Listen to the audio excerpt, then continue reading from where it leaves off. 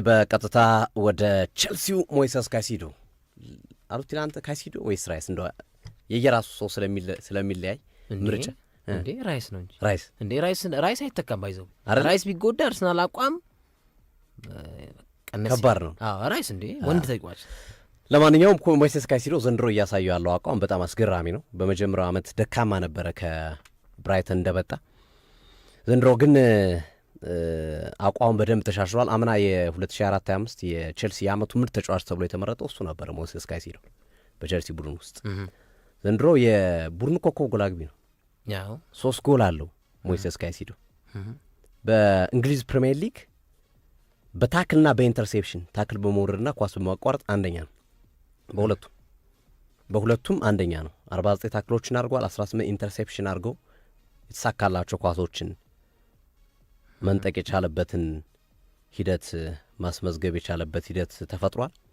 በነገራችን ላይ ባለፉት 2 ዓመታት የቼልሲ ቆይታው ያላስቆጠረውን ጎል ነው 3 ጎል ማስቆጠር የቻለው ካይሲዶ እና የቡድኑ ኮከብ ጎል አግቢ ሆኖ እየቀጠለ ይገኛል። 89.8% የፓስ አኩሬሲ ነው የዚህ ተጫዋች። 678 ኳሶችን ከጓደኞቹ ጋር ተቀባብሏል በዘንድሮ የውድድር ዓመት። ሊቨርፑል ላይ ያስቆጠራት ሚሳኤል የምትመስለው ጎል በጣም ድንቅ ነበረች። ሊቨርፑል ላይ ያስቆጠራት ጎል እና ካይሲዶ የቼልሲ እስትንፋስ ሆኗል። አሁን ደግሞ ልክ ላይ ሃላንድ በሲቲ እንዳልነው ቼልሲም በካይሲዶ ላይ ያለው ተጽዕኖ በጣም ከፍ ብሏል። የካይሲዶ ተጽዕኖ ማለት ነው በቡድን ውስጥ።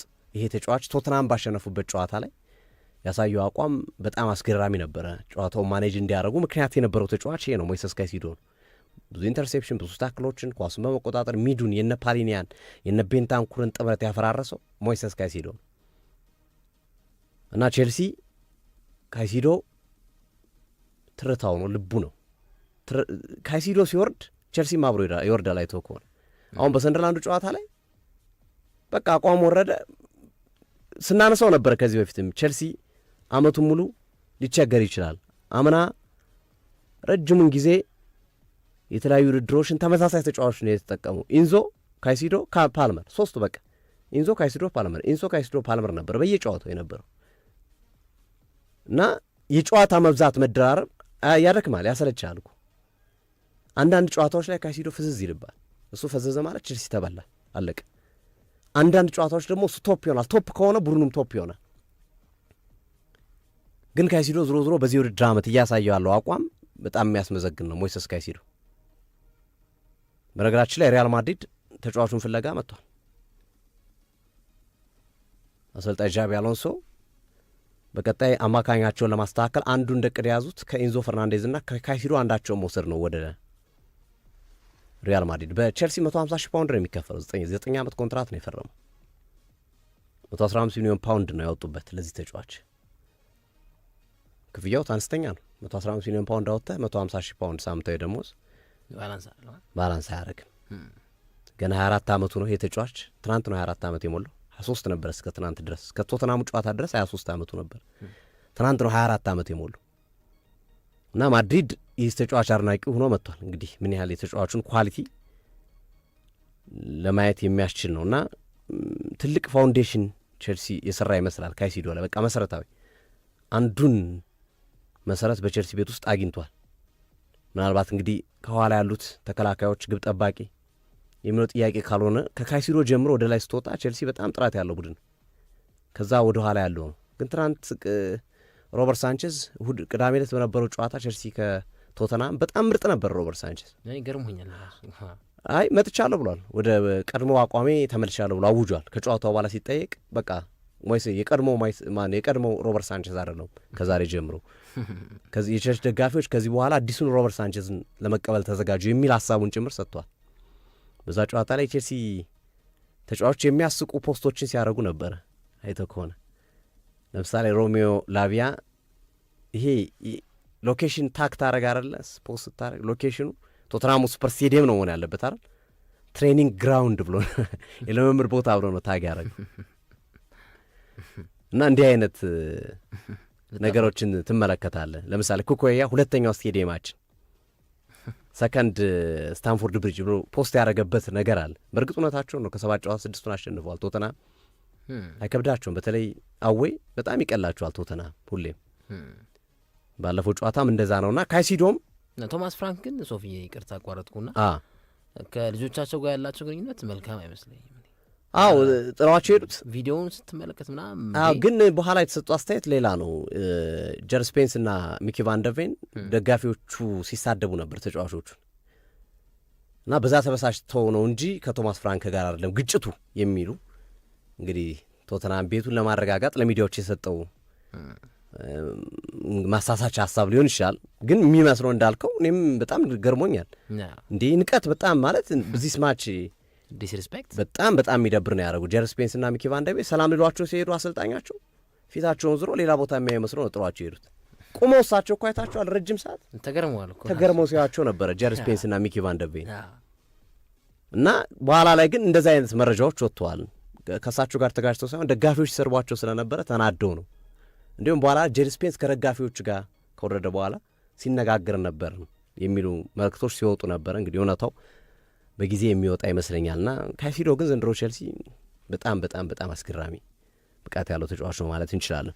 ወደ አጫጭር ስፖርታዊ መረጃዎቻችን እንሂድ። ፕሮግራማችን ከማለቁ በፊት ሃሪኬን ወደ ባርሴሎና ያዋጣል ንግግር ጀምሯል። የባርሴሎና አመራሮችና የሃሪኬን ወኪሎች በባየር ሙኒክ ከፍሎ እየበረረ ነው። በእርግጥ እድሜው ከ30ዎቹ ተሻግሯል። ግን እየሰበሰበ ነው። ባርሳ ግን 65 ሚሊዮን ፓውንድ ባየር ሙኒክ ይፈልጋል። ተጫዋቹ ለቃለሁ ካለ ምንም ሊያደርገው አይችልም። ምናልባት ሃሪኬን ሮበርት ሊቫንዶስኪን ተክቶ ወደ ባርሴሎና ሊመጣ ይችላል። 65 ሚሊዮን ፓውንድ ዋጋው ግን ትንሽ ለባርሴሎና ወገቤን ሊያስብል ይችላል። ግን ከአልቫሬዝ ይሻላቸዋል። መጀመሪያ ፍላጎታቸው ኋላ ፖርታ አልቫሬዝ ነው 200 እሱ ብዙ ነው በጣም እንደ 200 ይቅርና 150 እንኳን ቢሸጡላቸው ብዙ ነው የላቸውም። 65 ተብሏል። ያ እንግዲህ 65 በ3 በ4 ዙር ነው የምከፍለው 10 15 እያረክ በየአመቱ ሊከፍሉ የሚችሉበት እድል ይኖራል።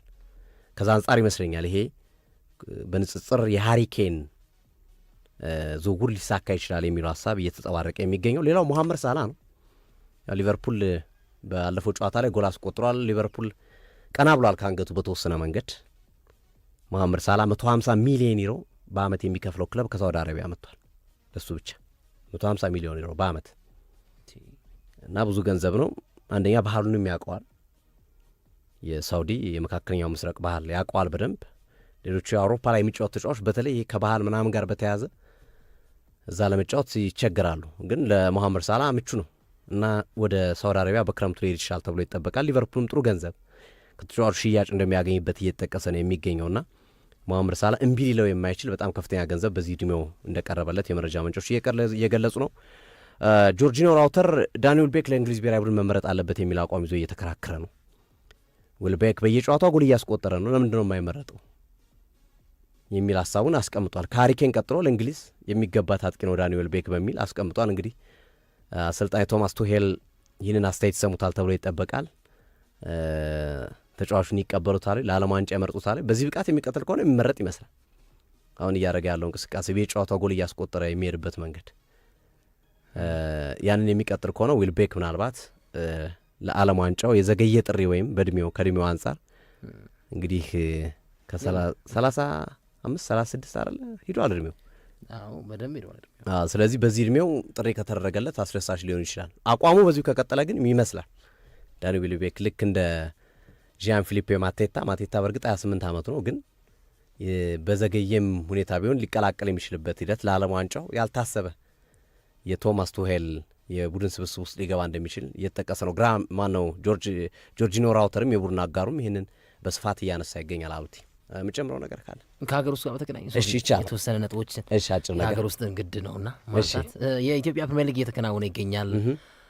ኢትዮጵያ ቡና ድል ማድረግ አልቻለም።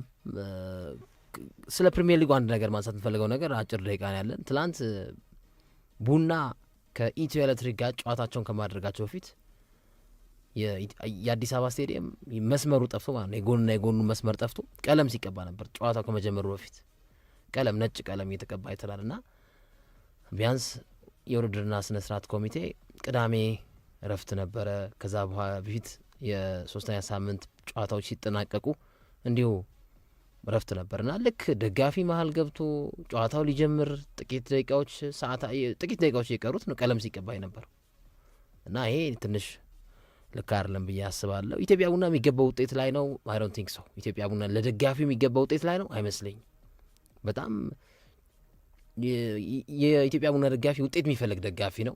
እግር ኳስ ፕሮሰስ እንደሆነ ይገባኛል። ግን ከ4 ጨዋታ 4 ነጥብ ደግሞ ለተናፋቂው ደጋፊ ከረጅም ዓመት በኋላ መጥቶ ደጋፊው ክለቡን ለሚያበረታታበት የአዲስ አበባ ስቴዲየም ውጤት 4 ነጥብ ከ4 ጨዋታ ይገባዋል ብዬ አላስብም። ትናንትናም ከለርም የለውም ኢትዮጵያ ቡና። እኔ እንግዲህ የራሴ ኦፒኒየን ነው። ከለርም አጣውበት። አሁን ቡና ጨዋታው አርኪ የሚባል ዘፈን አለ አይደል? መዝሙራቸው ራሱ የሚጫወት ቡድን ነው አይደል? ያንን እየተመለከትኩ አይደል?